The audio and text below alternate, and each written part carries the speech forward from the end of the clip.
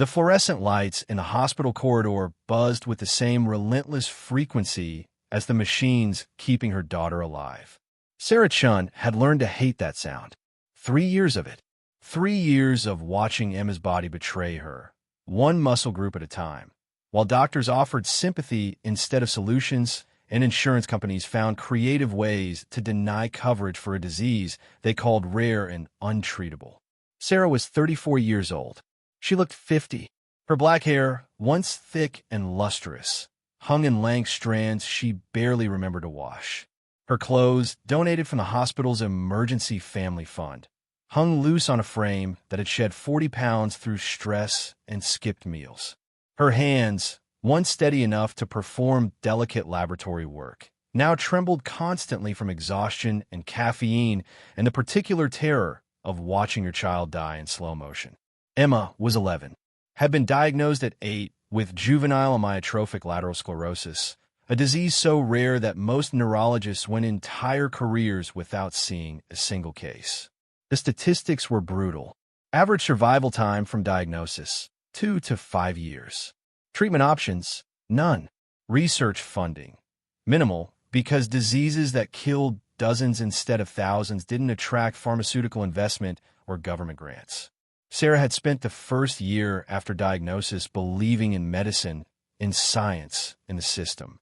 She was a research biochemist herself, had worked at Neuraxis Pharmaceuticals before Emma's diagnosis forced her to choose between career and caregiving. She understood clinical trials and peer review and the slow, methodical process of drug development. She had faith that someone, somewhere, was working on this. That faith had died around month 18 when Emma lost the ability to walk. Died further when her daughter's hands, which had once played piano with precocious skill, curled into useless claws. Died completely when the insurance company sent their final denial letter, stating that Emma's condition was pre-existing and therefore not covered under the plan's experimental treatment clause, even though the experimental treatments they were denying didn't actually exist yet. Now, in year 3, Sarah survived on a different fuel entirely. Rage. Desperation. The stubborn refusal to let her daughter's last months be spent in a sterile hospital room where nurses spoke in hushed tones and doctors avoided eye contact because they had nothing left to offer. The apartment had gone first. Rent in Seattle was impossible on a single income, and Sarah's income had evaporated the moment she quit Neuraxis to become full-time caregiver. They'd moved to a motel. Monthly rate, shared bathroom down the hall, bedbugs that no amount of washing could eliminate. Emma had cried the first night, not from pain, but from shame at what their lives had become. The motel lasted 6 months before Sarah couldn't make even that payment. They moved to Sarah's 12-year-old Honda Civic, slept in Walmart parking lots where security didn't harass them if they kept moving every few nights. Sarah had learned which rest stops had the cleanest bathrooms, which grocery stores would let them use the employee sink to wash up, which churches served free meals without requiring attendance at services. Emma's wheelchair barely fit in the back seat. Her feeding tube supplies filled the trunk. The portable suction machine they used to clear her airway when she couldn't swallow properly ran on a car adapter that Sarah had rewired herself using skills from her undergraduate engineering courses. Everything they owned fit in one vehicle. 2 suitcases of clothes, medical supplies, Emma's tablet, which she used to communicate now that speech required more breath control than her weakening diaphragm could provide. The hospital knew they were homeless. The social worker, a kind woman named Patricia who wore too much perfume and carried too many cases, had tried to help. Suggested shelters. Sarah had visited 3. All of them refused to accommodate Emma's medical equipment, her round-the-clock care needs, the liability of housing a child with a terminal diagnosis. The system wasn't designed for people like them. It was designed for people who fit into neat categories: employed or unemployed, housed or homeless, sick or well. Emma existed in the cracks between categories, and people in the cracks fell through. Sarah had sold everything: her grandmother's jewelry, her father's coin collection, inherited when he died of the same heart attack that had taken him at 52, probably from the stress of working 3 jobs to keep his own family fed. her laptop, her phone upgraded to a $30 prepaid flip phone that could make calls but couldn't access the internet. Her wedding ring from the marriage that had ended when Emma's father decided that a sick child was more burden than he'd signed up for. He'd left when Emma was 9, sent divorce papers and nothing else. No child support, no visits, just absence where partnership should have been. The money from selling everything had bought them 4 months of motel rooms and Emma's medications. When that ran out, Sarah had started selling plasma twice a week. $45 per donation, $90 a week, $360 a month. Barely enough to keep the car insured and gassed, and to buy the high-calorie nutritional shakes Emma needed, since she could no longer chew solid food. Now it was November. Seattle's rain had turned vicious, the kind that soaked through everything, turned the car's interior into a damp cave that smelled of mildew and desperation. Emma's breathing had worsened. The respiratory infections came faster now, each one requiring emergency room visits they couldn't pay for. The bills piled up in the car's glove compartment, thousands of dollars in charges that Sarah would never be able to settle. The hospital couldn't refuse emergency treatment, but they could and did make their displeasure known. The admitting nurse's expressions, the residents' clipped tone, the way no one made eye contact because they all knew this child was dying and there was nothing anyone could do. Emma's communication tablet lit up with a message typed slowly, one letter at a time, using eye-tracking software Sarah had built from open source code and a webcam purchased at Goodwill for $3. Mom, cold. Sarah adjusted the blankets they'd stolen from the hospital's linen closet. 5 wool blankets stacked together, still insufficient against November's chill. The car's heater worked sporadically, burning through gas they couldn't afford to waste. I know, baby. I know. Just a little longer. But longer until what? Sarah didn't have an answer. Emma was in end stage now.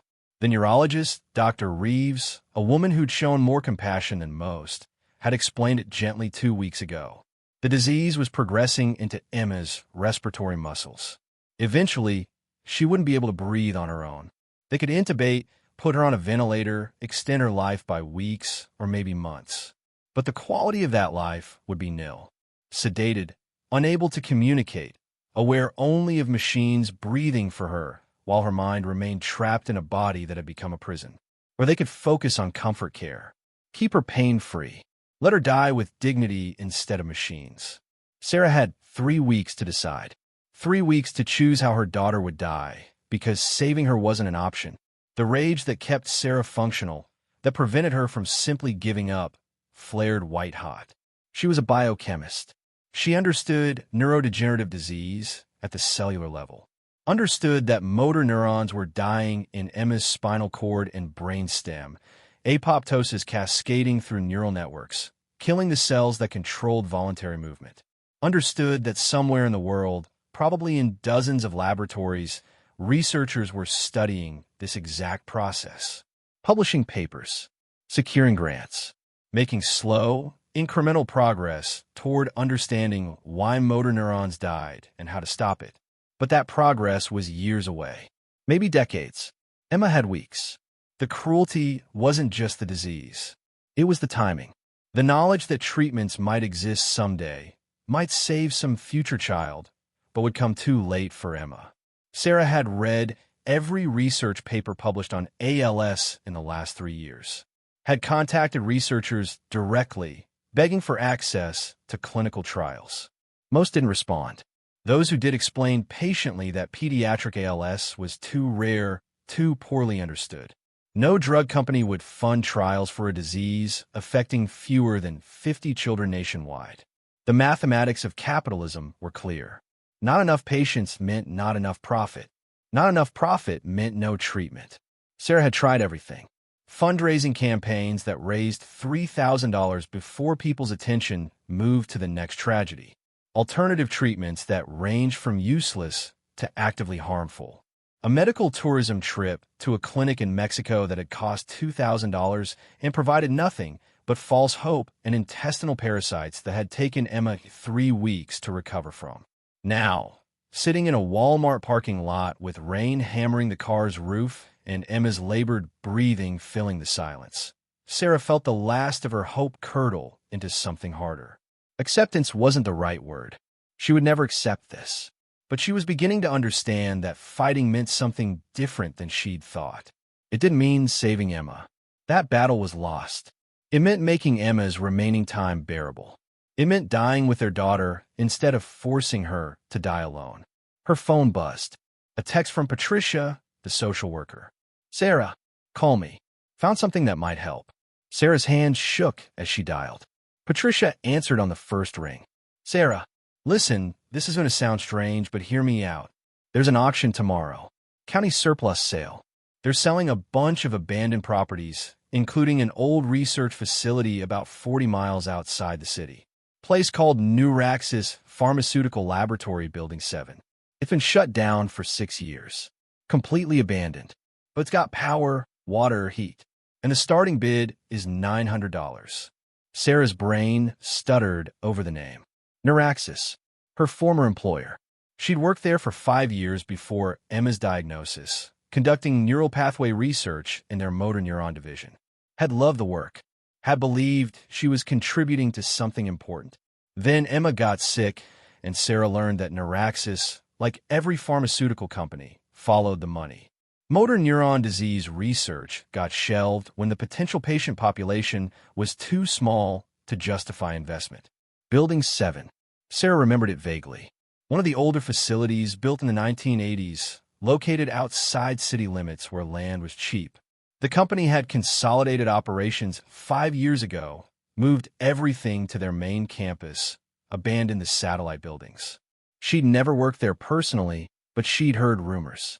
Building 7 had housed some of the company's most sensitive research, proprietary projects that required isolation from the main campus. $900. Sarah's laugh was bitter. "I don't have $900. I don't have $90. I know, but listen, I talked to my supervisor. We've got a discretionary fund for emergency housing. It's meant for first month's rent, deposits, that kind of thing. But technically, property acquisition counts. I can get you $900 if you promise to try to make this work. It's shelter, Sarah, for you and Emma. Better than the car. Better than the car." The bar was so low it was subterranean. Sarah's mind raced. An abandoned laboratory, probably full of equipment too specialized to sell, furniture too damaged to use, decades of neglect. But it would have walls, a roof, rooms where Emma could lie down on something other than a car seat. Maybe even a bathroom with hot water. What's the catch? Patricia hesitated. It's sold as is. No inspection. No guarantees. The county just wants it off their books. Apparently, it's been sitting empty so long they're worried about liability. Squatters, vandalism, that kind of thing. If you buy it, you're responsible for everything. Property taxes, maintenance, whatever condition it's in. Property taxes, maintenance, responsibilities Sarah couldn't possibly meet. But the alternative was watching Emma die in a car, wrapped in stolen blankets, breathing recycled air, surrounded by parking lot lights and the sounds of strangers loading groceries. "I'll do it. Sarah, you should see it first. I could drive you out tomorrow morning before the auction, just to make sure it's actually livable." "No." Sarah's voice was flat, decided. "If I see it and it's terrible, I'll talk myself out of it. I need walls and heat. Everything else is negotiable. Give me the address for the auction." Patricia provided the details. County Administration Building. 10 a.m. cash or certified check only. Sarah would need to bring identification, proof of funds, and sign approximately 40 pages of disclaimers acknowledging that the county made no representations about the property's condition or suitability for habitation. After hanging up, Sarah sat in silence, rain drumming overhead. $900 for a building. It was insane. It was desperate. It was the only option she had. Emma's tablet lit up. What did she say?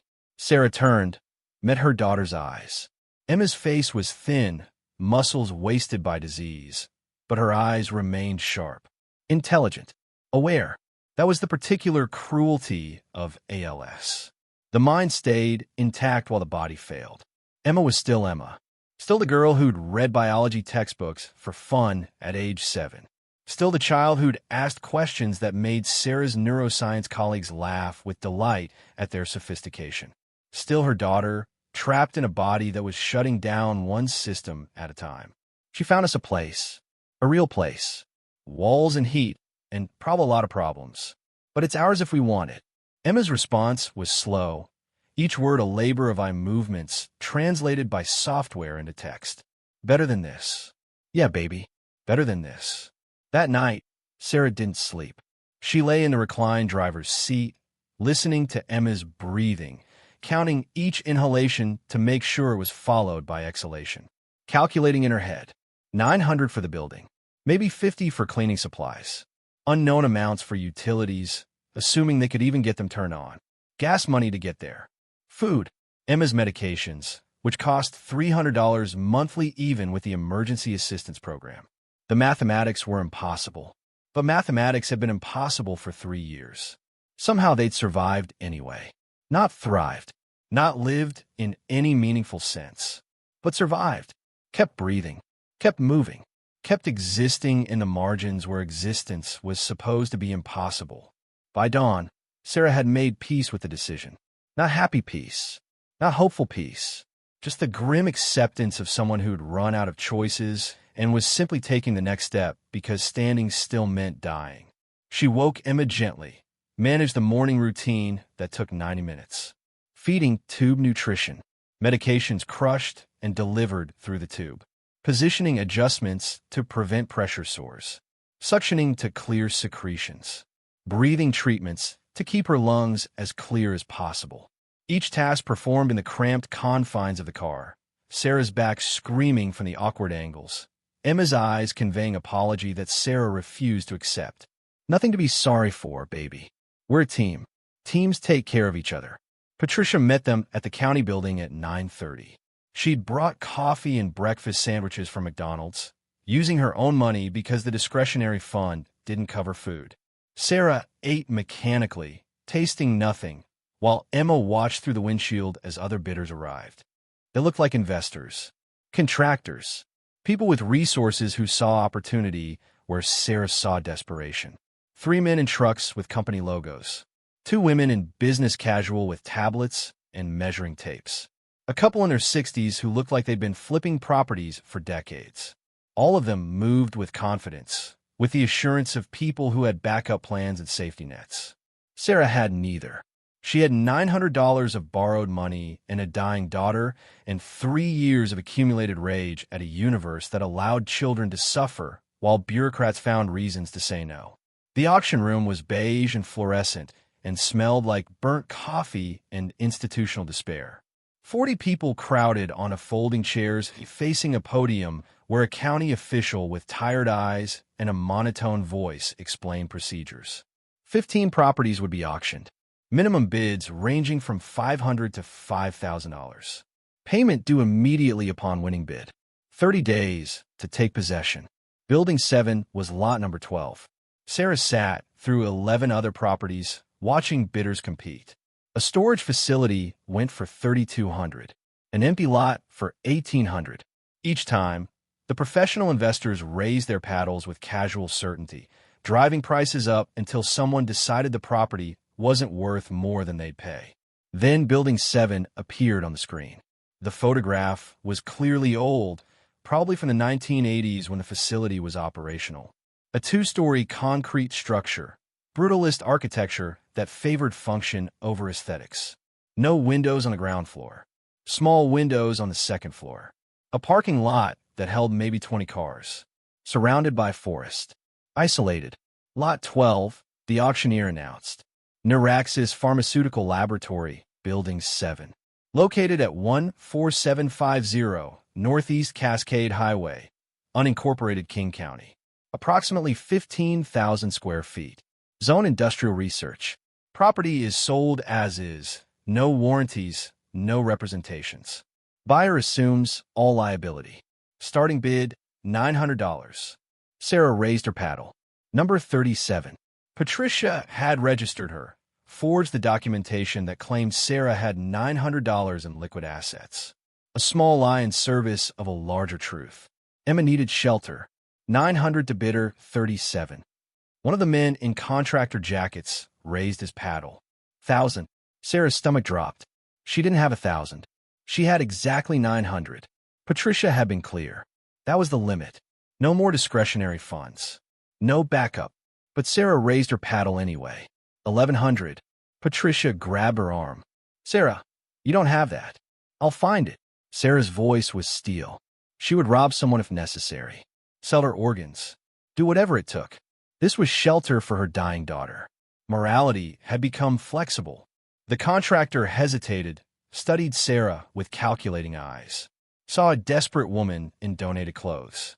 Saw competition that looked ready to bid irrationally. Made a decision. Dropped his paddle. 1100 to bidder 37, the auctioneer said. Going once. Going twice. His gavel cracked. Sold. Sarah's hands shook so badly she dropped the paddle. Patricia caught it, steadied her. Sarah, you're short $200. I know. You just committed fraud. I know. Sarah met Patricia's eyes. Are you going to report me? Patricia looked away first. Pulled out her personal checkbook. Wrote a check for $200. This is from me, not the county. I want it back when you can manage it. Probably never. Probably never, Sarah agreed. But thank you. The payment process took an hour. Sarah signed papers without reading them. Acknowledged that she understood the property was sold as is. Acknowledged that she accepted all liability. Acknowledged that the county made no guarantees about habitability, safety, or compliance with code. Acknowledged that she was an idiot taking an insane risk with borrowed money she couldn't repay. The keys were old, heavy brass, attached to a ring labeled Building 7 Master. The county clerk handed them over with an expression that suggested she'd seen 1,000 desperate people make terrible decisions, and Sarah was just one more. Good luck, the clerk said. The words carried no warmth, just acknowledgement that luck was the only thing that might help. Outside, reality settled in. Sarah held the keys in one hand, Emma's wheelchair handle in the other. Patricia stood beside them, radiating concern and second thoughts. Sarah, let me drive out there with you. At least make sure it's safe before you move in. No, if it's bad, I need to figure out how to make it work without an audience. Patricia hugged her, quick and fierce. You're either the bravest person I know or the craziest. Probably both.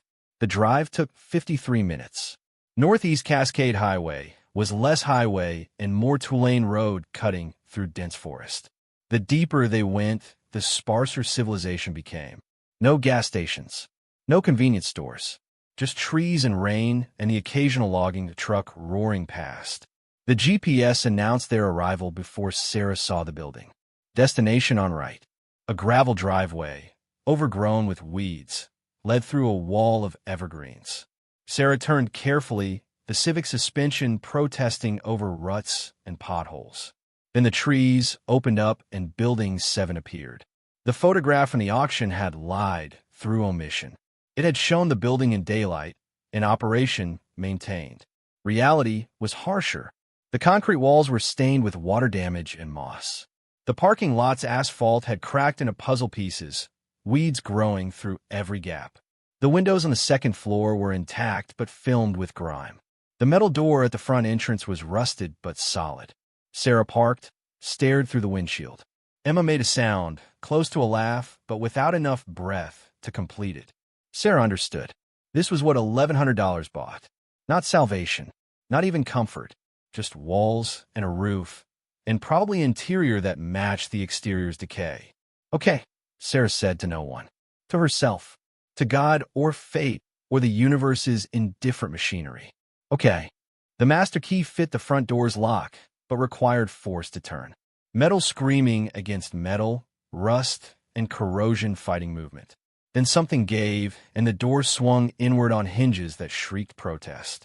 The smell hit first. Mildew and chemical residue and abandonment. Not rot exactly. Nothing had died here, but something had ended. The lobby was small, just a reception desk and a few chairs arranged around a coffee table that held magazines from 2018. The walls were painted institutional beige. The floor was linoleum, cracked, but not destroyed. Ceiling tiles showed water stains, but remained intact. Sarah pushed Emma's wheelchair inside, wheels leaving tracks through 6 years of accumulated dust. The lights didn't work. Sarah flipped switches experimentally. Nothing. Either the power was shut off or the wiring had failed. They explored slowly, methodically. The first floor held laboratory spaces. Long benches covered with equipment too specialized or too damaged to be worth salvaging. Microscopes with cracked lenses. Centrifuges with frozen rotors. Incubators that probably hadn't maintained temperature control in years. Supply cabinets still held glassware, beakers and flasks and graduated cylinders, stacked neatly as if the last person had expected to return. Emma's tablet lit up. "Looks like your old work." "Yeah." Sarah's voice was tight. Being here hurt in ways she hadn't anticipated. These laboratories represented a life she'd lost, a career she'd loved, a future that had evaporated when Emma got sick and Sarah's priorities shifted from understanding disease to fighting it. The second floor held offices, small rooms with desks and filing cabinets. Most of the files had been removed, but a few remained. Research notes, administrative paperwork, budget projections from 2019. Sarah leafed through one folder, found familiar names. Dr. Richard Voss, Dr. Catherine Lynn, people she'd worked with, colleagues who'd moved on to other projects, other companies, other lives. One office was larger than the others. Director's office, based on the nameplate still attached to the door. Dr. Malcolm Reeves, Research Director. Sarah froze. Reeves. Emma's neurologist was named Reeves. Was it possible? She pushed the door open. The office was austere. A desk, a bookshelf, a filing cabinet. The window behind the desk looked out over forest, trees pressing close. On the bookshelf, photographs in frames. Sarah moved closer, studied them. Dr. Malcolm Reeves. Definitely Emma's neurologist's husband.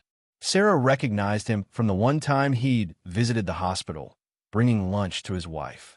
A man in his early 60s, gray hair, kind eyes, standing beside a microscope, holding a plaque, accepting an award. The inscription read Excellence in Motor Neuron Research, 2016. Motor neuron research. Emma's disease. This building had studied the same disease killing her daughter. Sarah's hands trembled as understanding clicked into place. This wasn't coincidence. Building 7 hadn't been abandoned because of consolidation. It had been abandoned because the research failed, because motor neuron disease remained unsolvable, because companies cut losses when profit didn't materialize. Emma's tablet glowed. "Mom, found something." Sarah turned, saw her daughter positioned at the office's far wall. There was a second door there, nearly invisible, painted the same beige as the walls. No handle, just a keyhole. Sarah tried the master key. It didn't fit. She tried every key on the ring. None worked. This door required a different key, a specific key, a key that was either lost or deliberately hidden. Sarah stared at the locked door for a long moment, her mind cataloging possibilities. Secret laboratory, private research space, storage for sensitive materials, or simply a closet that required a different key because bureaucratic systems loved unnecessary complexity. Emma's breathing had grown more labored. The exertion of exploring, even passively in her wheelchair, exhausted her. Sarah checked her watch. 2:30. They'd been here 3 hours. Emma needed rest, medication, nutrition through her feeding tube. "Let's get you settled first. Mystery doors can wait." They returned to the first floor, chose the cleanest laboratory space. Sarah cleared one of the long benches, spread blankets across its surface, transferred Emma from wheelchair to makeshift bed with practiced efficiency. Emma's body weighed so little now, 73 pounds. A child who should weigh 90 at minimum. Muscle wasting had consumed everything non-essential, leaving only the core functions necessary for survival. Sarah administered medications, started the feeding pump, adjusted Emma's position to prevent pressure sores. The routine was automatic after 3 years. Her hands knew what to do even when her mind wandered. The building was cold, not freezing, but uncomfortable. Sarah explored until she found the mechanical room. The furnace was old, industrial-grade equipment designed to heat a research facility that once employed dozens. Sarah studied it, drew on undergraduate engineering knowledge she'd barely used in 15 years. The system was gas-powered. The gas line was shut off at the meter outside. She needed to contact the utility company, explain that she'd purchased the property, request service restoration. That would require deposits she didn't have, credit she destroyed through medical debt, patients she couldn't afford. But for tonight, they'd manage. She had blankets. Emma's body temperature regulation was compromised by the disease, but Sarah could compensate. Layer blankets. Generate warmth through her own body heat. Survive until tomorrow. As darkness fell, Sarah used her phone's flashlight to explore further. The first floor held 3 main laboratory spaces, 6 smaller offices, 2 bathrooms that actually functioned when she tested the water, and what appeared to be a break room with a refrigerator that hummed to life when she found the circuit breaker and restored power to that section. Power. That was unexpected. Sarah investigated, found that the building's electrical service had never been fully disconnected. The main panel showed service active, but most breakers switched off. Someone, probably the county, had left minimal power running. Enough to prevent pipes from freezing. Enough to maintain some basic systems. Not enough to heat the building or light more than emergency systems. Sarah systematically restored power to critical areas. Lights in the laboratory where Emma slept. Outlets for medical equipment. The refrigerator in the break room. Heat would require gas service, but light and power were something. The building transformed from tomb to merely neglected. Fluorescent lights flickered on, casting harsh illumination over dust and abandonment. Emma woke, blinked against the brightness. Better, her tablet spelled out. Sarah made dinner from their car supplies. Granola bars for herself. Nutritional shake through Emma's feeding tube. They'd eaten worse. In the car, meals happened in cramped discomfort, always aware of strangers watching, always calculating how much food they could afford before the money ran out. Here, they had space. Privacy. The luxury of walls between themselves and judgment. After dinner, Sarah's mind returned to the locked door. She searched Dr. Reeves's office thoroughly. Desk drawers held pens, notepads, the detritus of academic life. The filing cabinet contained research papers, grant applications, budget spreadsheets. Nothing labeled secret door key. But in the bottom drawer, beneath a stack of old conference programs, Sarah found a journal. Leather-bound, filled with handwritten notes. Dr. Malcolm Reeves's personal research log. She opened it carefully, began reading. The entries dated from 2016 to 2019. Dr. Reeves had been investigating motor neuron disease, with particular focus on pediatric cases. His handwriting was precise, methodical. Each entry documented experiments, observations, failures.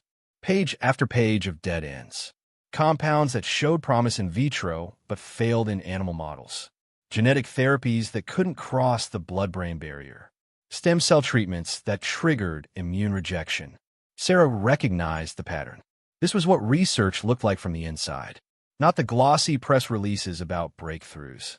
The grinding reality of hypothesis, experiment, failure, adjustment, repeat. 99 failures for every success. And in a field as complex as neurodegeneration, even the successes were modest. Slow disease progression by 3 months. Reduce symptom severity by 15%. Extend quality of life by measures so small they barely registered as improvement. The tone of the entries shifted around mid-2018. Frustration bled through professional language. Another grant rejection. Reviewers claim insufficient patient population to justify funding. As if children's suffering matters less because there aren't enough of them. Later, Catherine says I'm too invested. That I need to accept we can't save everyone. But that's the problem. We're not trying to save everyone. We're not even trying to save most people. We've decided some diseases aren't worth solving because the mathematics don't work. The final entries from late 2019 carried a different energy. Excitement, discovery, breakthrough. We've identified a novel compound, designation NRX 7743, that shows unprecedented neural regeneration in culture. Motor neurons not just protected, but actively repaired. Synaptic connections restored. This is beyond anything we've achieved before. Sarah's hands shook as she turned pages. neural regeneration, motor neuron repair. This was what Emma needed. What every ALS patient needed. Proof that the disease could be reversed, not just slowed. Animal trials begin next week. If results match in vitro findings, we could have viable treatment within 2 years. Human trials by 2022. This could change everything. Then nothing. The journal ended. No follow-up entries. No results from animal trials. Just empty pages. Sarah flipped to the journal's inside back cover. A note, written in different ink, dated December 2019. They're shutting us down. Corporate decided ALS research doesn't generate sufficient return on investment. All projects terminated. Staff reassigned. Building 7 scheduled for closure. I've secured the data, hidden it where it can't be destroyed or sold. If someone finds this, if someone needs what we discovered, the vault combination is Emma's Law. Remember Emma Harrington. Remember why we do this work. Emma's Law. Sarah's breath caught. Emma Harrington had been a patient. A 12-year-old girl with juvenile ALS who died in 2017. Sarah remembered the case. It had made national news briefly because Emma Harrington's parents had sued their insurance company for denying experimental treatment coverage. The case had coined the term Emma's Law, a proposed regulation requiring insurance coverage for rare disease treatments regardless of cost-effectiveness. The law had failed. Too expensive, legislators said. Too few patients to justify disrupting insurance markets.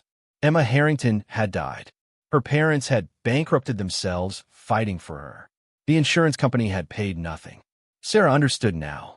Dr. Reeves had named his breakthrough after a dead child, had hidden his research to prevent it from being buried by corporate interests.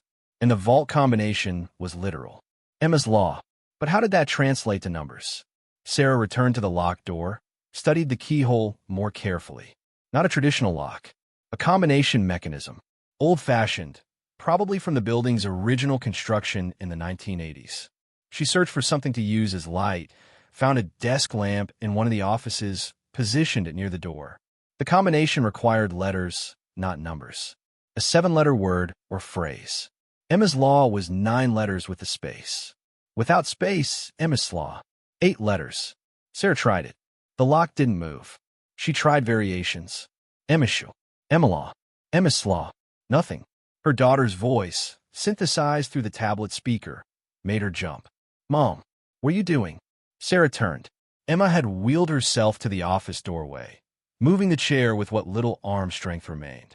The journey from the laboratory to here must have exhausted her, but her expression showed determination. Trying to open this door? Dr. Reeves hid research data inside. Research on ALS.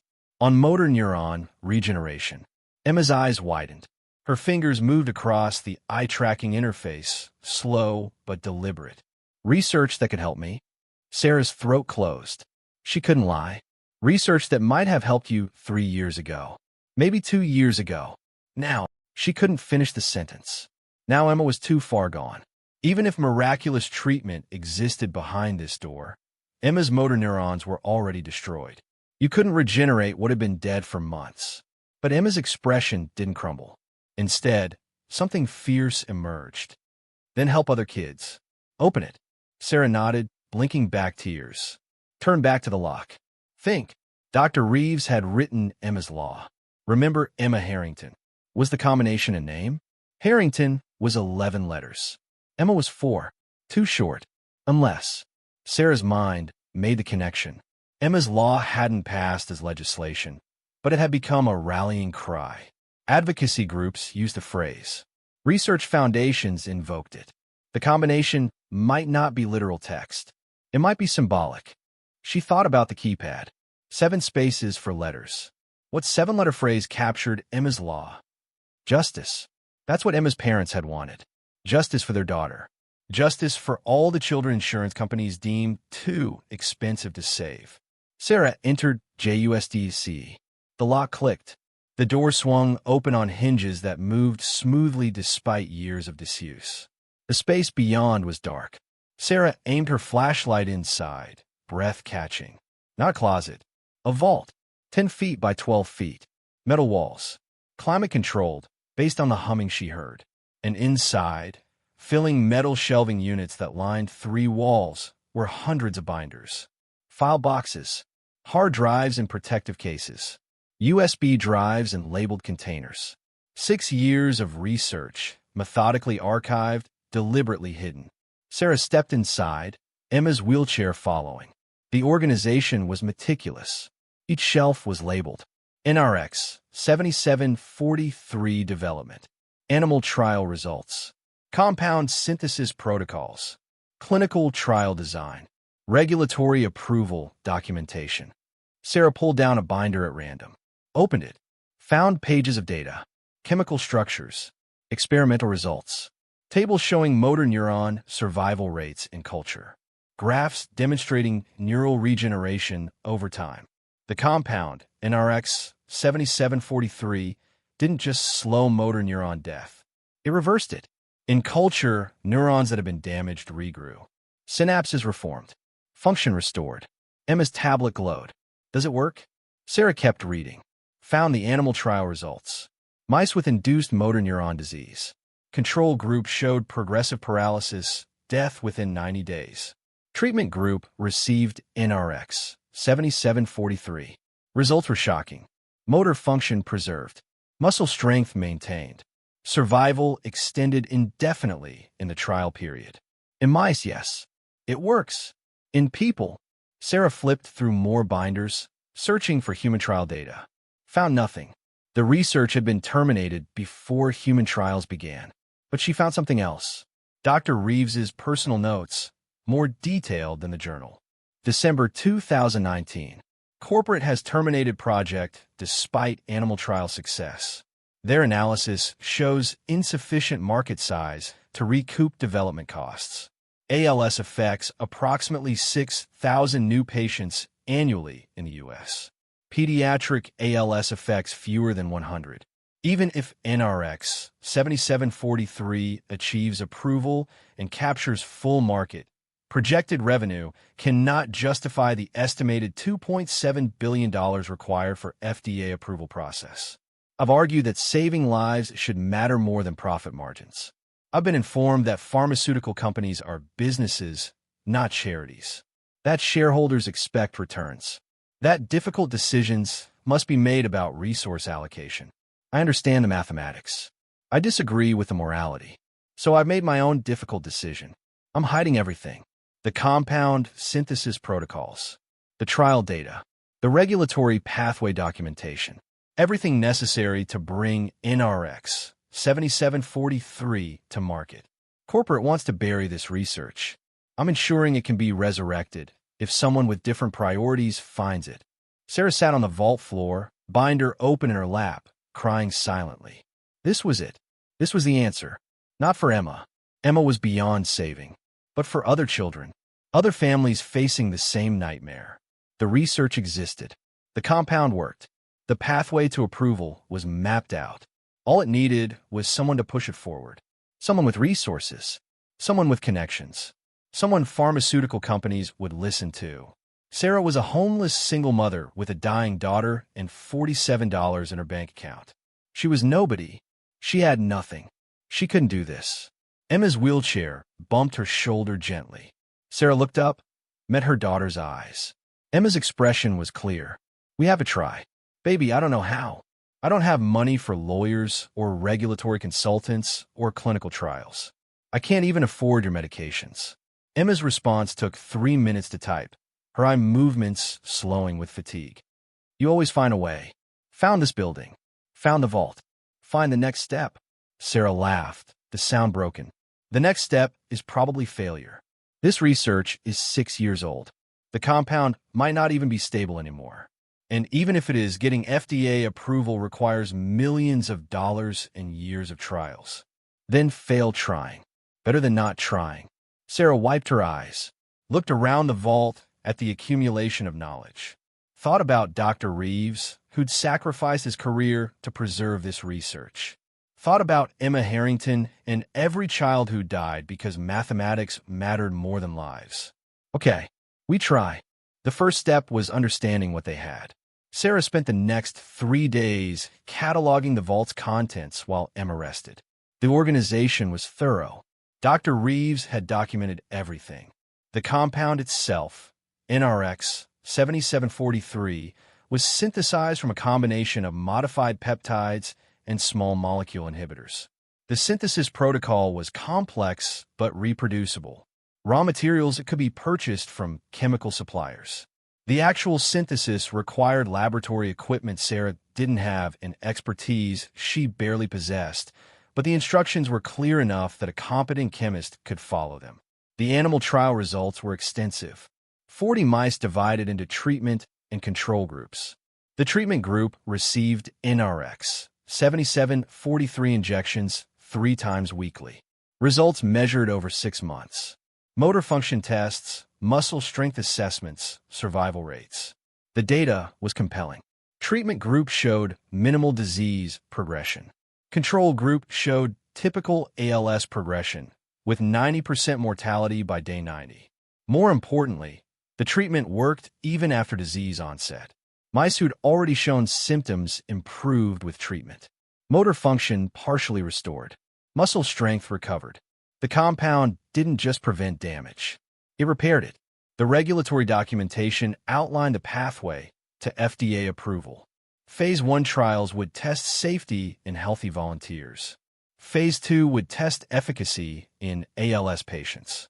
Phase 3 would require larger patient populations, multiple sites, extensive monitoring. Total estimated cost, $2.7 billion. Total estimated timeline, 7 to 10 years. Sarah read numbers that might as well have been infinity. She had $1,100 invested in a building. She had a car worth maybe $3,000 if she could find a buyer. She had medical debt exceeding $400,000. The gap between her resources and what was required was astronomical. But then she found something else, hidden in a file labeled Alternative Pathways. Dr. Reeves had outlined a different approach. Not traditional FDA approval, which required proving the drug was safe and effective. Compassionate use exemptions allowed unapproved drugs to be used in terminal patients when no other options existed. The requirements were less onerous. Demonstrate that the drug showed promise in animal trials. Show that traditional treatments had failed. Prove the patient was terminal with no approved options. Get approval from an IRB, Institutional Review Board, and FDA on a case-by-case basis. It was still complicated, still required applications and documentation and medical oversight. But it was possible. It was something a determined individual could navigate without billions of dollars in corporate infrastructure. Sarah found more. Dr. Reeves had already synthesized a significant quantity of NRX 7743. 6 years ago, before the shutdown, he'd made enough for the animal trials plus extra. That extra was stored in a laboratory freezer in the vault. Sarah found it. 3 vials, each containing 100 milliliters of clear liquid. Enough for approximately 30 human doses, based on Dr. Reeves's notes about dosage calculations. The compound needed to be refrigerated, but was stable for years under proper storage. Dr. Reeves had prepared for this, had anticipated that someone might find his research and need actual drug to test, had left everything necessary except resources and courage. Emma grew weaker during those 3 days. The stress of moving, of adjusting to a new space, of watching her mother obsess over research binders, exhausted her.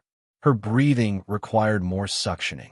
Her feeding tube blocked twice, requiring Sarah to clear it with techniques learned through desperate trial and error. Once, Emma stopped breathing entirely for 12 seconds before Sarah's emergency intervention restored airflow. They were running out of time. Not months anymore. Weeks at best. On the 4th night, after Emma had fallen into exhausted sleep, Sarah sat in the vault surrounded by binders and made a decision. She couldn't save Emma. That truth was unavoidable. But she could document everything. She could try the compound on Emma, not with expectation of cure, but with hope of data. Could monitor what happened. Record results. If it worked, even partially, that documentation would help the next child. If it failed, that data would also help. Would show limitations. Would prevent false hope. It was a terrible decision. Using her dying daughter as an experimental subject. Testing an unapproved drug with no oversight and minimal safety data. Emma was terminal, yes, but that didn't make it ethical. Sarah knew this, had spent enough years in research to understand the bright lines between appropriate testing and exploitation. But those bright lines were drawn by people with resources and options. Sarah had neither. She had a compound that might work and a daughter who was dying in a narrow window to attempt something that could help future patients. She woke Emma gently, explained what she'd found, what she wanted to try. Emma's response was immediate. Do it. Baby, you don't understand. This isn't safe. I don't know what side effects might happen. It could make things worse. Worse than dying? Emma's synthesized voice held grim amusement. Give me the drug. Sarah spent 2 days planning. She read every page of safety documentation, studied the animal trial protocols, calculated dosing based on Emma's weight, prepared emergency equipment in case of allergic reaction or adverse effects. She couldn't prevent every risk, but she could prepare for likely scenarios. She also documented everything. Started a clinical journal recording Emma's baseline condition. Motor function assessment. Arms immobile, legs immobile, respiratory capacity 32% of normal, swallowing function 0, speech function 0, cognitive function normal. Disease duration, 3 years, 1 month. Previous treatments, none effective. Prognosis, terminal, weeks to months. The first injection happened on November 15th at 8:47 a.m. Sarah used sterile technique learned in her laboratory days. Drew 3.3 milliliters of NRX, 7743 from the vial. Checked for contamination. Found none. Administered subcutaneous injection into Emma's thigh. Then waited. Emma's baseline vital signs. Heart rate 92, blood pressure 98/64, respiratory rate 18 assisted by diaphragm weakness, temperature 97.8. Sarah monitored every 15 minutes for the first 4 hours. Checked for rash, swelling, difficulty breathing, altered consciousness. Nothing happened. Emma remained stable. No adverse reactions, but also no immediate improvement.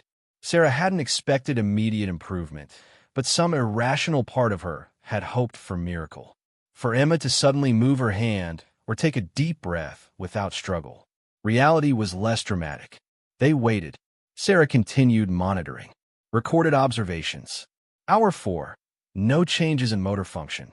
Vital signs stable. Patient reports no adverse sensations. By day 3, Sarah had convinced herself the treatment was failing. The compound was too old, degraded despite refrigeration, or it simply didn't work in humans the way it worked in mice. Or Emma's disease was too advanced. The motor neurons were already dead. You couldn't regenerate corpses. On day 4, Emma moved her left pinky finger. Sarah almost missed it. She was changing Emma's position to prevent pressure sores when she saw it. The slightest twitch. So small it might have been muscle spasm. Except Emma's muscles didn't spasm anymore. They didn't do anything. Did you just move your finger? Emma's eyes widened. I felt something, like electricity. Sarah tested methodically. Try to move it again. Emma's face contorted with concentration. The pinky finger twitched. Definitely moved. Not imagination. Not coincidence. Sarah's hands shook as she recorded the observation. Day 4. Patient demonstrates voluntary movement in left fifth digit. First voluntary motor function in 17 months. Over the next week, the improvements compounded. Emma's pinky gained more range. Her ring finger began responding. The movement was tiny, barely visible, but it was real. Motor function returning in a body that had been progressively shutting down for 3 years. Sarah administered a second injection on day 7, per the protocol Dr. Reeves had outlined for animal trials. Continued monitoring. The improvements accelerated. By day 10, Emma could move 3 fingers on her left hand. By day 14, her left hand could grip weakly. By day 21, her right hand showed similar improvement. It was working. The compound was actually working. Neuroregeneration wasn't just theory. It was happening in real time. Emma was improving. Sarah documented everything with obsessive precision. Photographed Emma's hands daily. Recorded range of motion. Measured grip strength with a modified scale. Tracked vital signs. Noted every change, no matter how small. The improvements plateaued around week 6. Emma had regained significant hand function. Could use her tablet's physical keyboard instead of eye tracking. Could hold a cup with assistance. Could make deliberate gestures. But larger muscle groups remained paralyzed. Legs, core, respiratory muscles showed minimal change.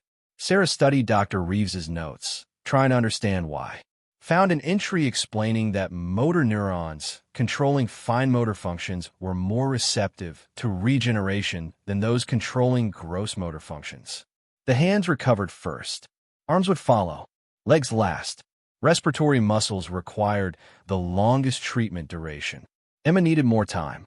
More doses. The 3 vials contain enough for approximately 18 more injections at the current dosing.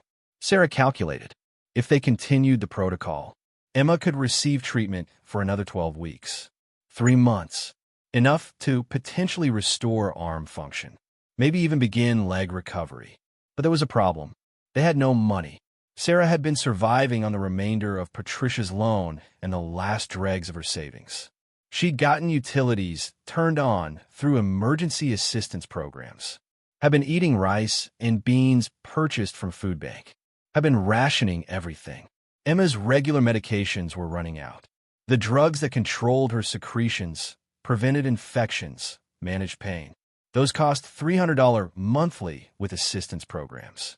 Without them, Emma would suffer complications that could kill her before NRX 7743 completed its work. Sarah needed money. Needed more than money. She needed medical oversight, proper equipment, legal protection for what she was doing. Needed resources she didn't have and couldn't acquire through normal channels. She thought about going public. Contacting media. Telling Emma's story. Desperate mother finds abandoned research. Saves daughter with experimental treatment. It would make headlines. Might generate donations. Might pressure pharmaceutical companies to take notice. But it would also bring scrutiny. FDA would investigate. Ethics boards would question her right to administer unapproved drugs.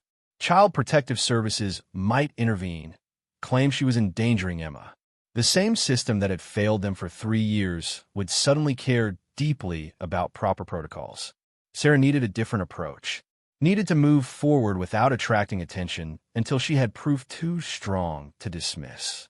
Needed to document Emma's recovery so thoroughly that skeptics couldn't deny it.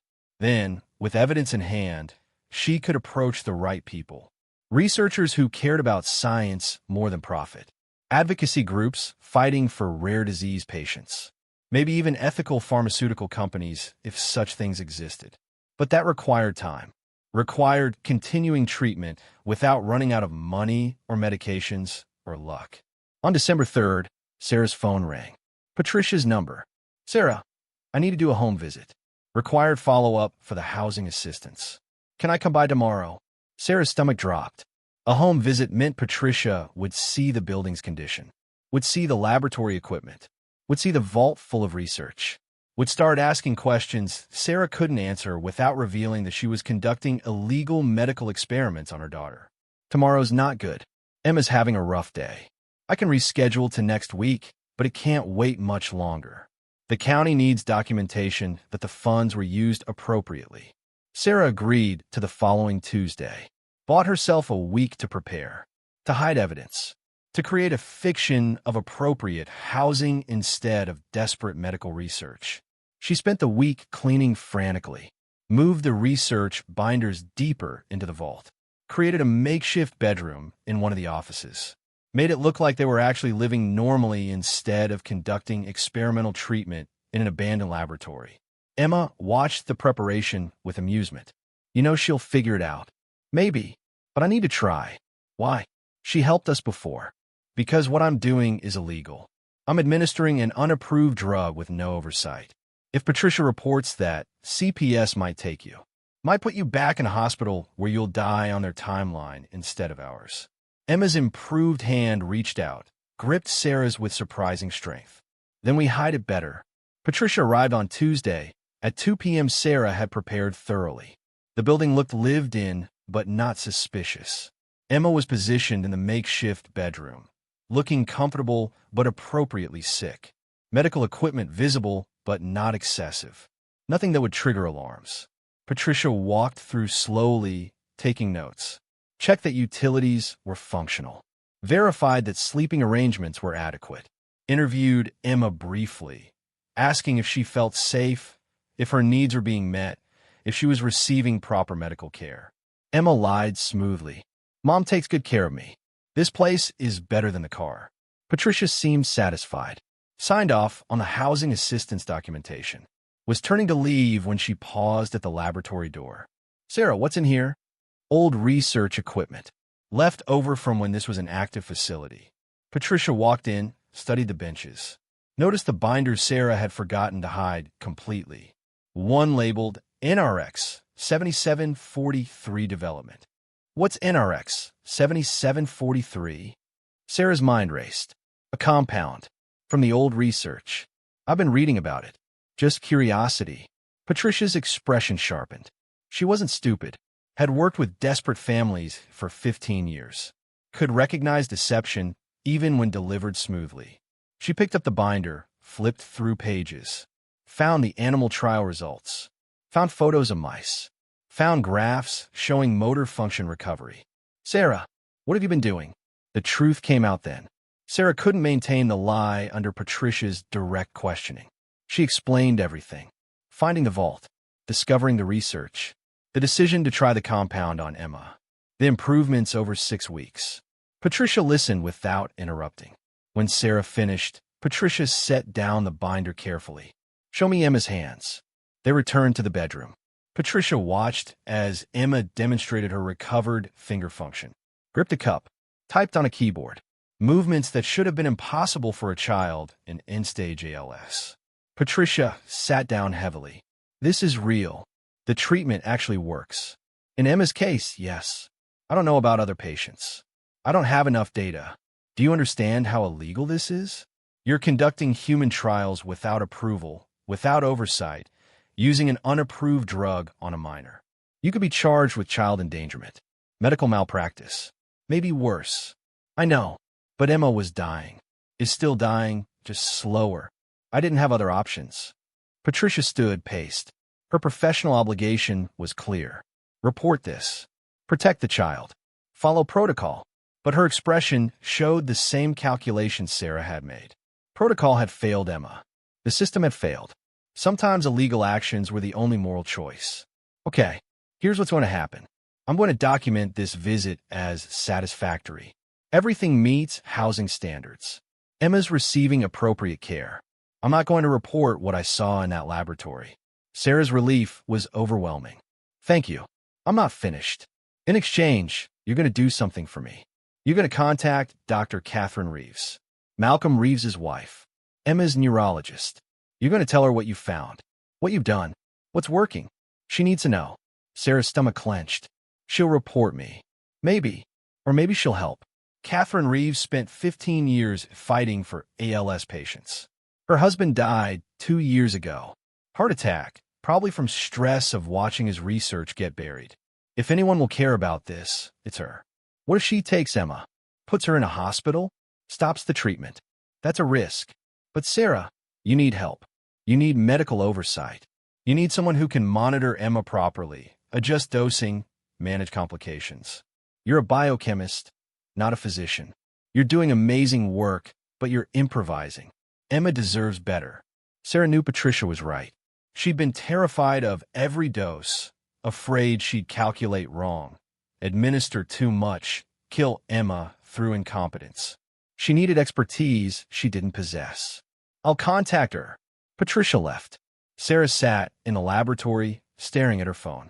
Dr. Catherine Reeves's office number was in Emma's medical records. One call, one conversation, either salvation or destruction. Emma wheeled herself into the laboratory. Her control had improved enough to manage the wheelchair independently for short distances. She positioned herself beside Sarah. Make the call, Mom. What if she stops everything?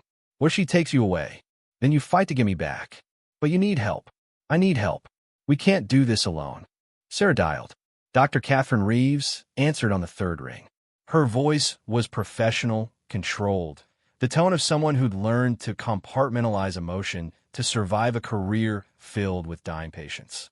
Dr. Reeves, this is Sarah Chen, Emma, Chen's mother. A pause. Catherine's voice shifted, warming slightly. Sarah, how is Emma? I've been thinking about you both.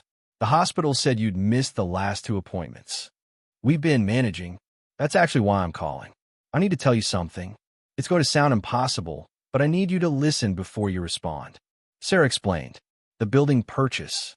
The discovery of Malcolm's research. The vault. The compound. The decision to treat Emma. 6 weeks of improvement documented methodically. Emma's recovered hand function in a disease that didn't permit recovery. The silence on the other end stretched, so long Sarah thought the call had dropped. Then Catherine's voice, barely controlled. You administered an unapproved drug to your daughter. Yes. Without medical oversight. Without IRB approval. Without FDA authorization. Yes. Do you understand? Catherine stopped herself. Started again. Sarah, what you've described is impossible. ALS doesn't improve. Motor neurons don't regenerate. If Emma is showing the function you describe, there's another explanation. Misdiagnosis, temporary remission, something. She was diagnosed 3 years ago. Multiple neurologists confirmed it, including you. I know. Catherine's voice was strained. But neuroregeneration in ALS patients has never been documented. It violates everything we understand about the disease. Your husband believed it was possible. He proved it in animal trials. I have his data. All of it. The compound works, Catherine. It's working in Emma right now. Another long pause. When Catherine spoke again, her voice had changed. The professional distance had cracked. You found Malcolm's research. He told me he'd hidden it. Wouldn't say where.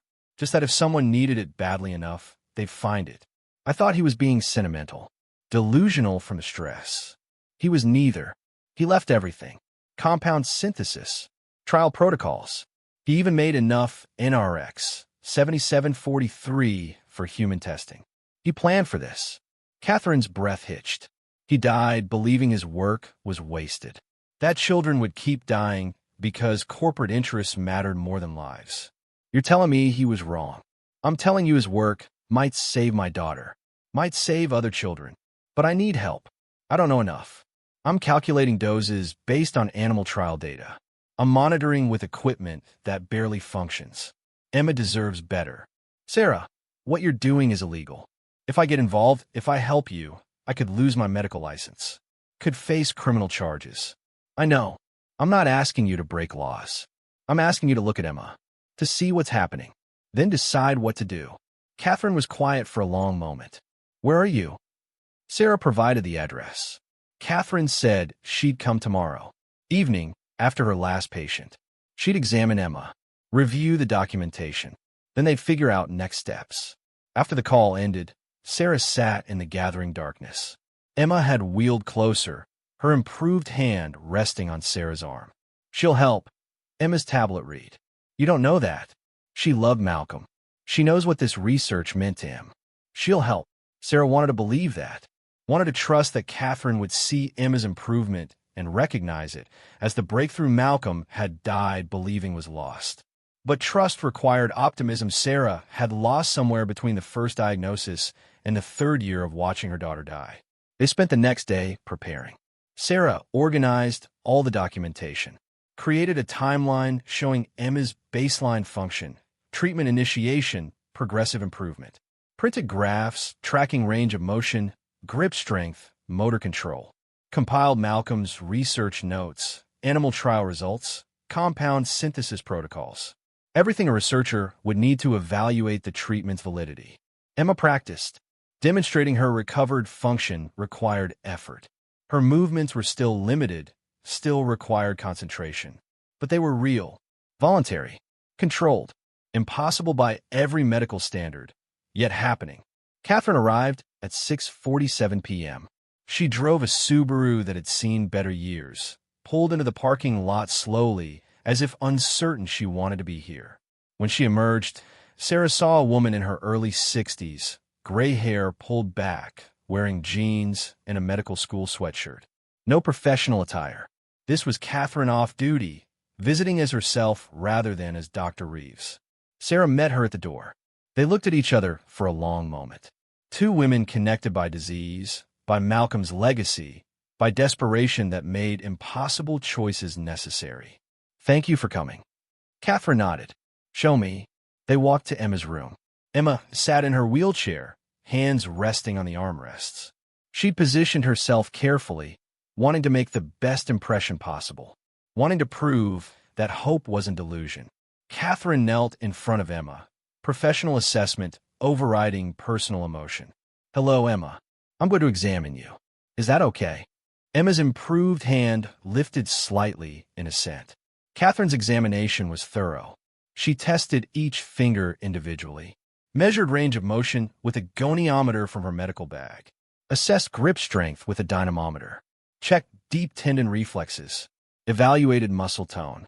Her expression remained neutral, clinical, but Sarah saw her hands shake slightly when Emma demonstrated movements that shouldn't exist.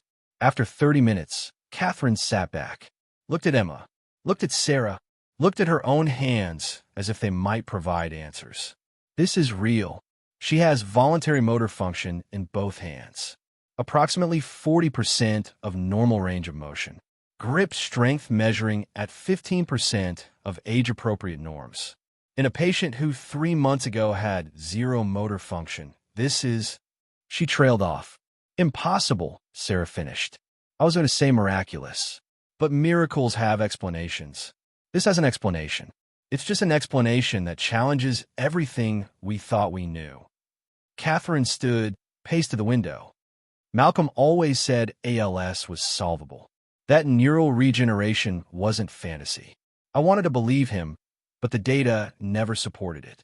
Until now. Will you help us?" Catherine turned. "Help you continue an illegal medical experiment with no oversight, using a compound that hasn't been approved for human use, on a minor who cannot legally consent to experimental treatment? No, absolutely not." Sarah's heart sank. Emma's expression crumbled. Catherine held up a hand. "But I will help you do this legally, properly, with the protections Emma deserves." She pulled out her phone, made a call. "Dr. Harrison? Catherine Reeves. I need to convene an emergency IRB meeting. I have a compassionate use case that requires immediate consideration. Juvenile ALS patient. Terminal prognosis. Novel treatment showing unprecedented results. Yes, I understand it's unusual. I need the meeting tomorrow, if possible. This can't wait." She hung up, turned back to Sarah and Emma. "Here's what's going to happen. I'm submitting an emergency compassionate use application to my hospital's institutional review board. I'm the attending physician. You're my patient requesting access to experimental treatment. We'll document everything you've done so far. The IRB will likely approve because Emma's terminal and conventional treatments have failed." "What about the FDA?" Sarah asked. "Compassionate use exemptions exist for exactly this situation. Terminal patients. No approved alternatives. Promising experimental evidence. The FDA grants these exemptions regularly. It's not perfect, but it's legal. What happens to me? I've already administered the drug illegally for 6 weeks." Catherine met her eyes. "The IRB and FDA care about moving forward properly. They're not interested in punishing desperate parents. We'll frame your previous treatment as emergency intervention. Preliminary data gathering. Then we'll transition to proper protocols." Emma's tablet glowed. "Will I get to continue the treatment?" "Yes, under my supervision, with proper monitoring, and with dosing adjusted based on your response." Catherine's expression softened. "Emma, you're not just my patient anymore. You're proof that everything Malcolm worked for wasn't wasted. I'm not going to let you stop improving because of bureaucratic obstacles." The IRB meeting happened 48 hours later. Catherine presented Emma's case to a board of 8 physicians, ethicists, and patient advocates. Sarah sat beside Emma's wheelchair, holding her daughter's improved hand, listening as Catherine argued for approval. The patient is an 11-year-old female with juvenile ALS. Diagnosed 3 years ago. Disease progression has been typical. Progressive motor neuron loss. Complete paralysis of lower extremities. Near complete paralysis of upper extremities. Respiratory compromise requiring assistance. Prognosis is terminal. Estimated survival, 4 to 8 weeks without intervention. Catherine pulled up images on the screen. This was Emma's baseline motor function 6 weeks ago. Zero voluntary movement in hands or arms. The images showed Emma's hands curled, immobile, lifeless. This is Emma's motor function as of yesterday. New images. Emma's hands open, fingers extending, gripping a ball. She has regained approximately 40% range of motion in both hands, can grip, manipulate objects, type on a keyboard. In a disease characterized by irreversible motor neuron death, she is demonstrating regeneration. One of the board members, a gray-haired neurologist, leaned forward. Dr. Reeves, with respect, this is impossible. ALS patients don't improve. There must be another explanation. I've conducted 3 separate examinations. The improvements are real, documented, measurable. The compound she's receiving, NRX 7743, was developed by my late husband. Animal trials showed motor neuron regeneration. The mechanism is novel, but scientifically sound. The compound is unapproved, untested in humans beyond this single case. We'd be authorizing continued use based on one patient's response. Catherine didn't back down. This patient is dying. Conventional treatments have failed. The compound has shown no adverse effects and remarkable benefits. Under compassionate use guidelines, we have the authority to approve this. The ethicist spoke up, a woman in her 40s with kind eyes. Dr. Reeves, help me understand. The patient's mother initiated treatment without medical oversight, without approval. That's deeply problematic from an ethics standpoint. I agree it's problematic. But consider the context. Sarah Chen is a trained biochemist who watched her daughter dying. She discovered research that offered hope. She made a calculated decision to act when the system had already failed them. Was it ideal? No. Was it understandable? Absolutely. The board deliberated for 90 minutes. Sarah waited in the hallway with Emma, neither speaking, both understanding that their future was being decided by people who'd never slept in a car or sold plasma to buy medication or watched their child waste away, while doctors offered sympathy instead of solutions. When the door opened, Catherine emerged.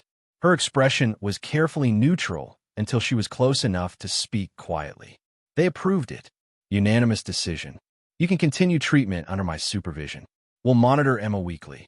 Adjust dosing as needed. Document everything for potential future trials. Sarah's relief was so overwhelming she couldn't speak. Just held Emma's hand tighter while tears streamed down both their faces. The transition to legitimate treatment happened quickly. Catherine arranged for Emma to receive weekly examinations at the hospital, blood work to monitor for toxicity, imaging to track neural regeneration, physical therapy to maximize recovery. Everything Emma should have been receiving all along, but couldn't access because the treatment didn't officially exist. The improvements continued. By week 10, Emma had regained significant arm function, could lift her hands above her head, could feed herself with adaptive utensils, could brush her own hair for the first time in 18 months. The victories were small by normal standards, monumental by Emma's. But the larger muscle groups remained stubborn.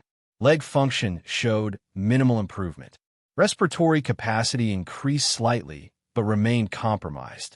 Emma still required wheelchair mobility, still needed assistance for most daily activities. The regeneration was real, but incomplete. Catherine explained during one of their weekly appointments. Motor neurons controlling fine motor skills are more receptive to regeneration. They're smaller, require less metabolic support, can rebuild connections more easily. Large motor neurons in the spinal cord are more complex. They require longer treatment duration, possibly higher doses. How much longer? Sarah asked. Unknown. Malcolm's animal trials only ran 6 months. We're in uncharted territory. Catherine hesitated. Sarah, we need to talk about expanding this. Emma's response is remarkable, but she's one patient. We need more data. Other children need this treatment. Sarah had been thinking about this, knowing it was inevitable. You want to start clinical trials. I want to offer hope to other families. But trials require funding, coordination, regulatory approval. That's a years-long process. Meanwhile, children are dying. What's the alternative? Catherine pulled out a folder. Expanded access. We can treat additional patients under compassionate use exemptions. Each one would need IRB approval, but the precedent is established. Emma approves NRX 7743 works. Other terminal ALS patients deserve the same chance. How many patients? There are approximately 40 children in the U.S. with juvenile ALS. Most are in late stages. We could potentially help 20 to 30 if we move quickly. Sarah thought about Emma Harrington, about all the children who died while research sat in abandoned vaults, about the mathematics that valued profit over lives. How do we start? Catherine smiled. We already have. I've contacted 6 families. Explained Emma's case.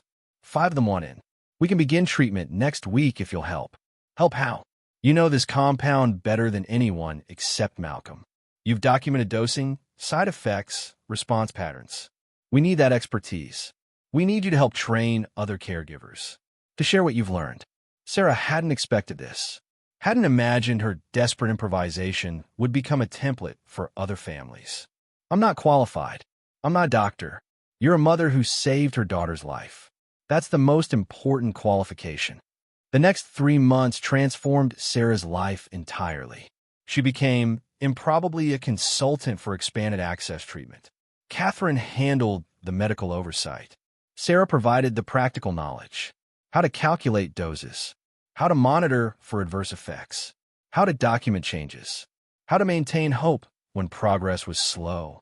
6 patients became 12. 12 became 23.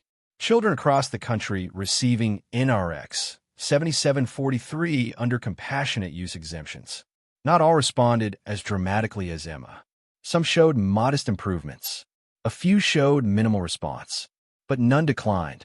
None experienced the relentless progression that characterized untreated ALS. The data was compelling. Catherine compiled it into a paper submitted to the New England Journal of Medicine. Motor neuron regeneration in pediatric ALS. Evidence from expanded access treatment with NRX 7743. The journal fast-tracked it, published it within 6 weeks. The response was immediate and overwhelming. Neurologists who dismissed neural regeneration as impossible studied Emma's case.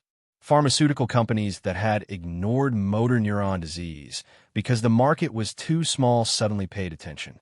Parents of children with ALS flooded Catherine's office with calls. The compound synthesis became urgent priority. Malcolm's original batch was depleting. They needed more. Sarah contacted chemical suppliers, leveraging her Neuraxis credentials.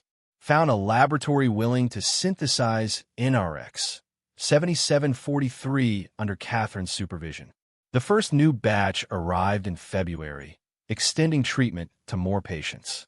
By March, the FDA approached Catherine about formal clinical trials. The agency had watched the compassionate use outcomes, had seen the data, had recognized that NRX 7743 represented genuine breakthrough. They were willing to fast-track approval if Catherine could organize proper Phase 2 trials. That required pharmaceutical company partnership. Catherine approached 7 companies. 6 declined, citing the same mathematics that had shut down Malcolm's research. Insufficient market size. Unacceptable return on investment. The 7th company, a mid-sized biotech focused on rare diseases, agreed to partner. The deal was negotiated over 6 weeks. The biotech would fund Phase 2 trials, would cover regulatory costs. In exchange, they'd hold patent rights for NRX 7743. Sarah, as finder of the research, would receive modest royalties. Catherine would serve as principal investigator. Emma would be the first patient enrolled. Sarah signed the agreements in April. The royalties would be small, maybe $50,000 annually if the drug reached market. Not wealth, but enough to afford an actual home, to buy Emma proper medical equipment, to stop counting every dollar and calculating which necessity to sacrifice. The building, the abandoned laboratory she'd purchased for $1,100, became trial headquarters. Catherine's team transformed it, installed modern equipment, hired staff, created proper clinical spaces. Building 7, which had represented Malcolm's failure, became monument to his success. Emma continued improving. By month 8, she had regained significant arm strength, could use crutches for short distances, could breathe with minimal assistance. She would never be fully healthy. The damage was too extensive, but she would live, would have quality of life no one had thought possible. On a Saturday in May, Sarah sat with Emma in the laboratory's break room. They were reviewing applications from families requesting treatment. 34 new children since the journal article published. Each one represented a parent's desperate hope. Each one a child who deserved chance. Emma had almost been denied. Emma, now able to type normally with recovered hand function, asked a question. Mom, do you ever think about what would have happened if we hadn't found this place? Sarah considered.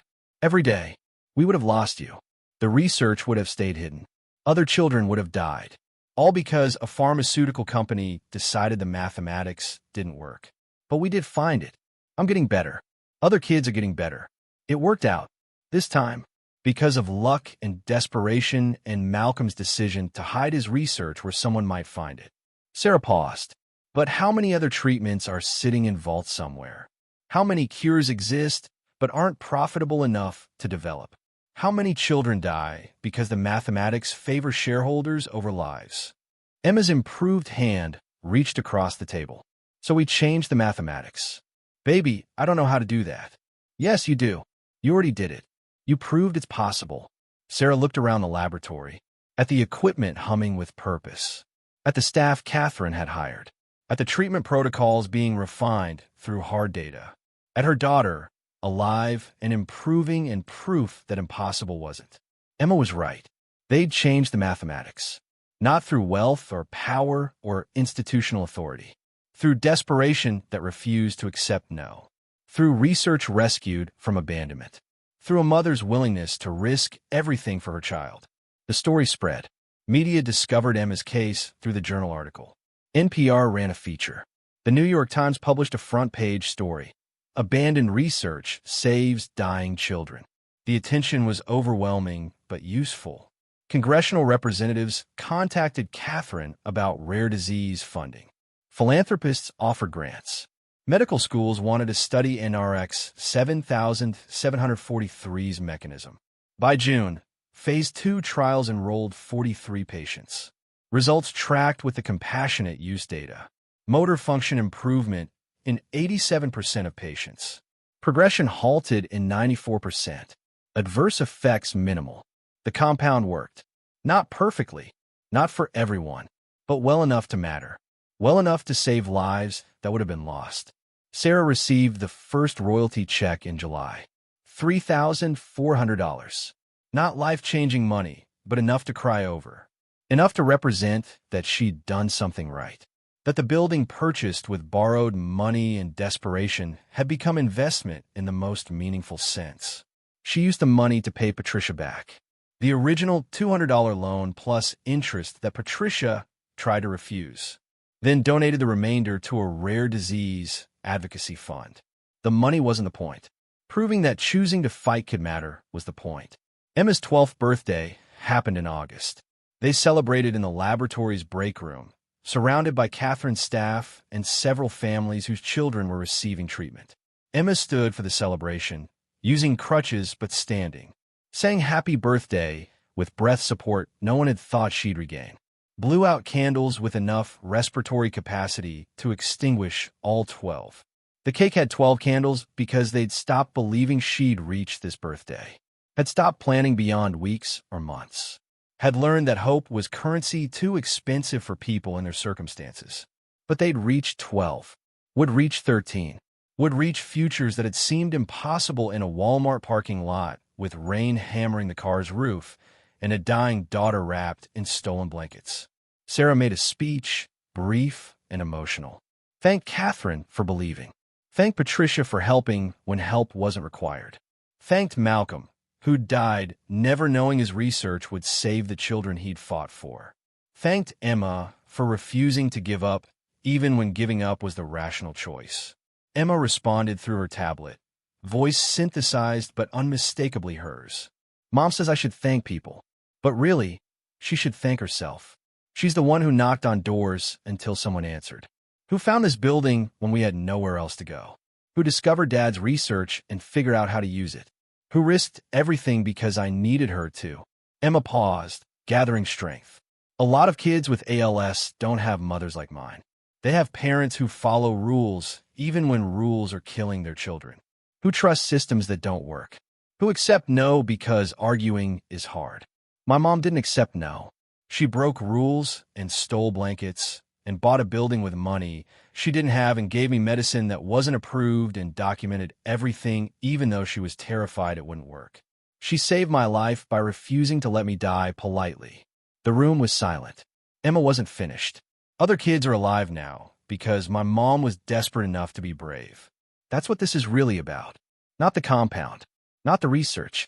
The fact that one person decided her daughter's life mattered more than following procedures. And that decision changed everything. Sarah cried through the applause. Emma wheeled herself over, hugged her mother with arms that had regained enough strength to actually hold on. They stayed that way while the celebration continued around them. Two survivors recognizing that survival required more than luck, required choice, required refusing to accept the mathematics that valued some lives as less worthy of saving than others. The FDA approved NRX 7743 for compassionate use on a wider scale in September. Phase 2 trials showed consistent results. Phase 3 was scheduled to begin in January with 200 patients. Full FDA approval was projected for 2027. Too late for the children who died in 2024 and 2025, but soon enough for those diagnosed in the future. The compound would eventually generate significant profits for the biotech company. Millions, probably tens of millions annually. Sarah's royalties would increase proportionally. Not enough to make her wealthy, but enough to be stable, to have security, to help other families fighting similar battles. She'd been offered consulting positions by 3 pharmaceutical companies. Turned them all down. Her expertise wasn't pharmaceutical development. It was knowing what desperation looked like from the inside, what families needed when systems failed them, how to fight when fighting seemed pointless. Instead, she started a foundation, Emma's Law Initiative, named after Emma Harrington and Sarah's Emma. The foundation's mission was simple: identify abandoned research in rare diseases, verify scientific validity, connect it with patients who needed it, rescue treatments that corporations had discarded because the mathematics didn't work. The foundation was small. Sarah and 2 part-time staff operating out of Building 7's renovated offices. But the concept attracted attention. Researchers contacted them about buried projects. Families shared stories of children dying while potential treatments sat unused. The foundation became clearinghouse for hope that had been deemed unprofitable. By October, they'd identified 3 additional compounds in similar situations to NRX 7743. Rare disease treatments that had shown promise in early trials but were abandoned when pharmaceutical companies calculated insufficient return on investment. The foundation was working to connect those compounds with patient populations, to fund compassionate use trials, to prove that mathematics could be challenged. Sarah's life bore no resemblance to the desperation of the previous year. She and Emma lived in the laboratory's renovated 2nd floor. Actual bedrooms with heat and hot water and windows that looked out over forest. Emma attended school remotely, her cognitive function unaffected by disease. Her physical recovery continued slowly. She could walk short distances with assistance, could write by hand, could live. On November 15th, exactly 1 year after the first NRX 7743 injection, Catherine organized a symposium. Motor neuron regeneration, science, ethics, and access. Researchers from across the country attended. Presentations covered the compound's mechanism, trial results, regulatory challenges, ethical considerations. Sarah gave the keynote address. She wasn't comfortable with public speaking, preferred laboratory work to presentations. But Catherine had insisted. They need to hear from you, from the person who actually lived this. Sarah stood at the podium, looking out at 200 physicians and researchers and pharmaceutical executives. People who made decisions about which diseases warranted attention, which patients deserved treatment, which mathematics should govern life and death decisions. She began with a story. A mother and daughter in a Walmart parking lot. Rain falling. $47 in the bank account. 4 to 8 weeks until death. No options. No hope. The kind of desperation that made impossible choices seem reasonable. She explained finding Building 7. The abandoned research. The vault that Malcolm Rees had prepared for someone desperate enough to find it. The decision to administer an unapproved drug to a dying child because letting her die without trying felt like murder. I broke laws, Sarah said simply.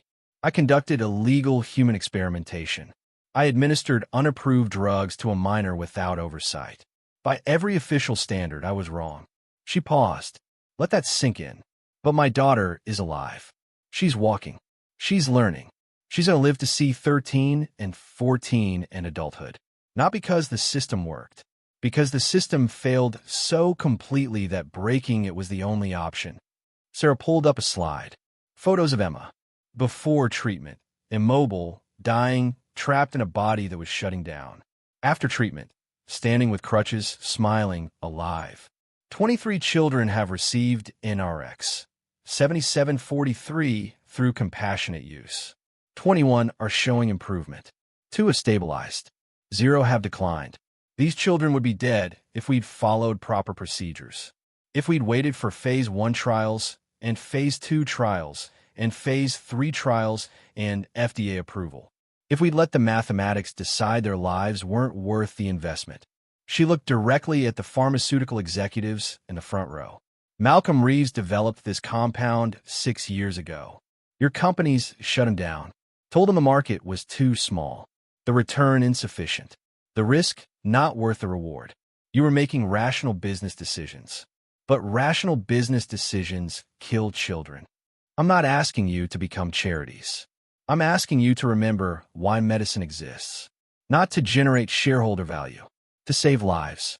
When you have research that works, that could help patients, but you bury it because the mathematics don't justify development, you're making a choice.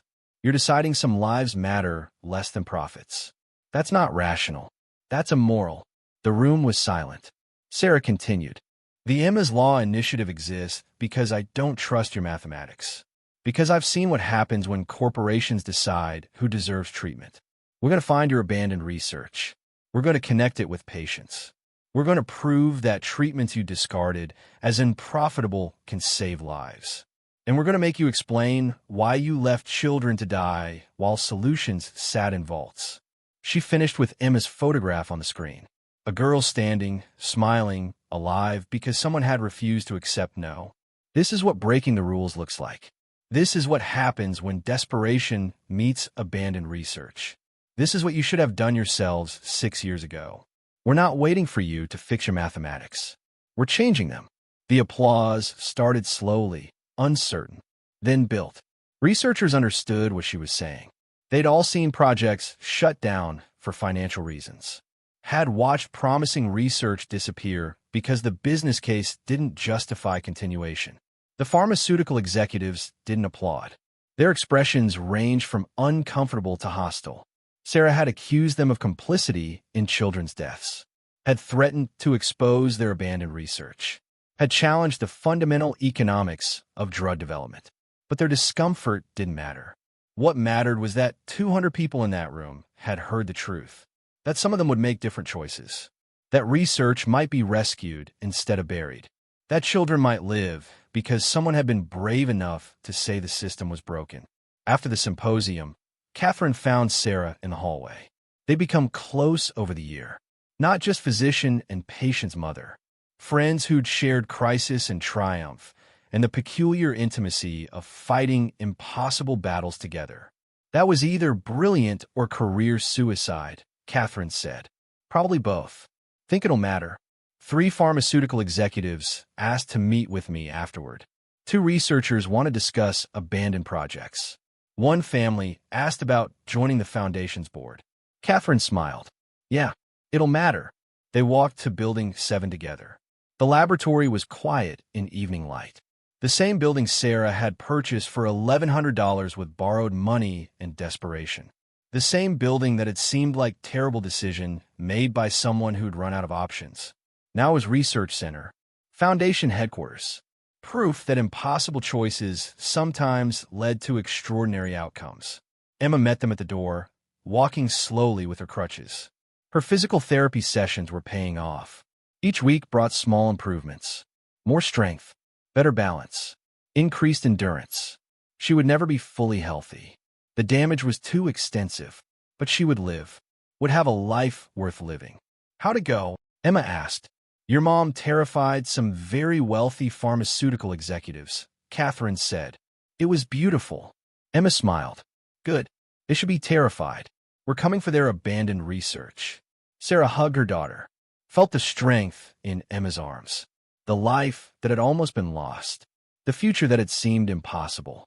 We should celebrate, Catherine suggested. 1 year since the first treatment, Emma's recovery, the foundation's launch, all of it. They ordered pizza, ate in the laboratory's break room. 3 people who'd been brought together by disease and desperation and dead man's research, who'd changed medical history through illegal choices and bureaucratic battles and stubborn refusal to accept that some lives didn't matter enough to save. Later, after Catherine had left and Emma had gone to bed, Sarah returned to the vault.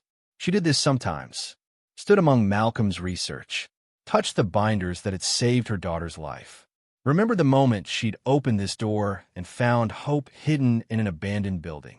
She thought about Malcolm Reeves, a researcher who'd died believing his work was wasted, who'd hidden it anyway, hoping someone would find it, who'd prepared everything necessary for resurrection if someone cared enough to try.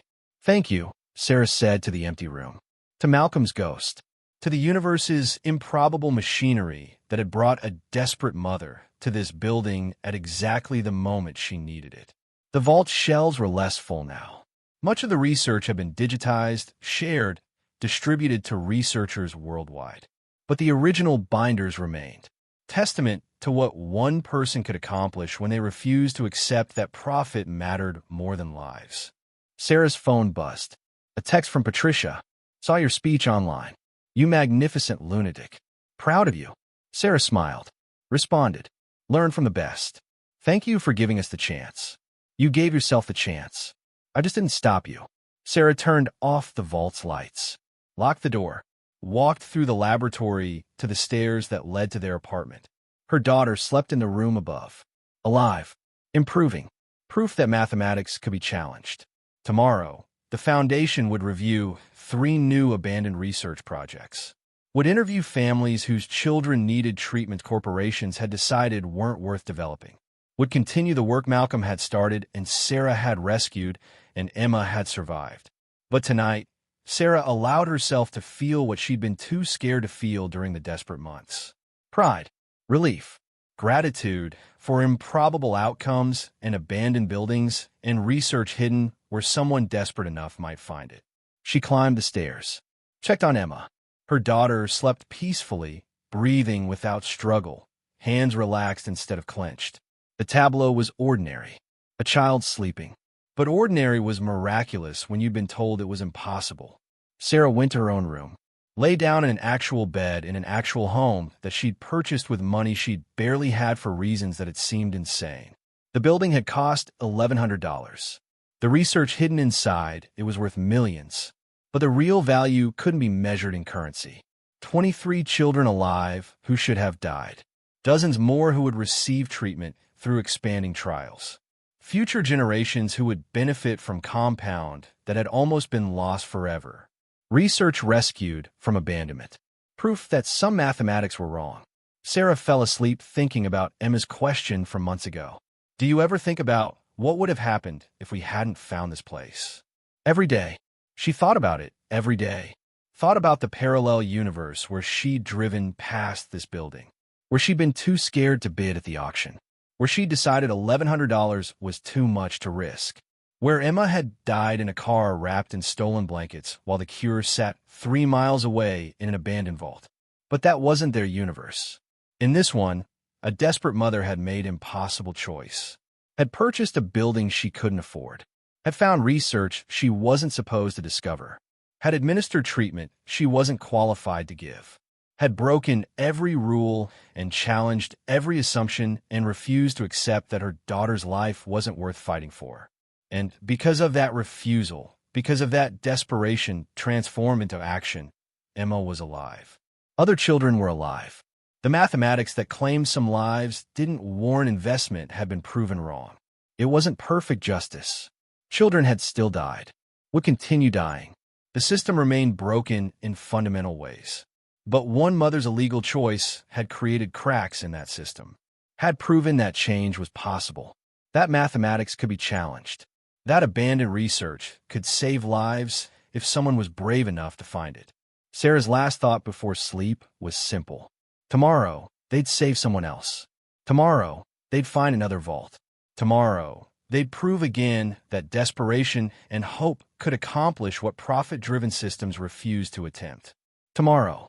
But tonight, her daughter breathed easily in the room above, alive because a mother had knocked on every door until one opened. Because an abandoned building had held more than dust and decay. Because someone had believed that impossible was just another problem waiting for someone desperate enough to solve it. The building stood in darkness, surrounded by forest, the same structure it had been for 40 years. But inside, everything had changed. What had been testament to corporate failure had become monument to what one person could accomplish when they refused to accept no. Building 7. Purchased for $1,100, worth more than money could measure. Proof that hope, even when buried in abandoned vaults, could be resurrected by those desperate enough to search for it. Thank you so much for watching until the end. If you loved this story, check out the other videos on your screen now. I think you'll really enjoy them. And don't forget to subscribe if you haven't already. See you in the next story.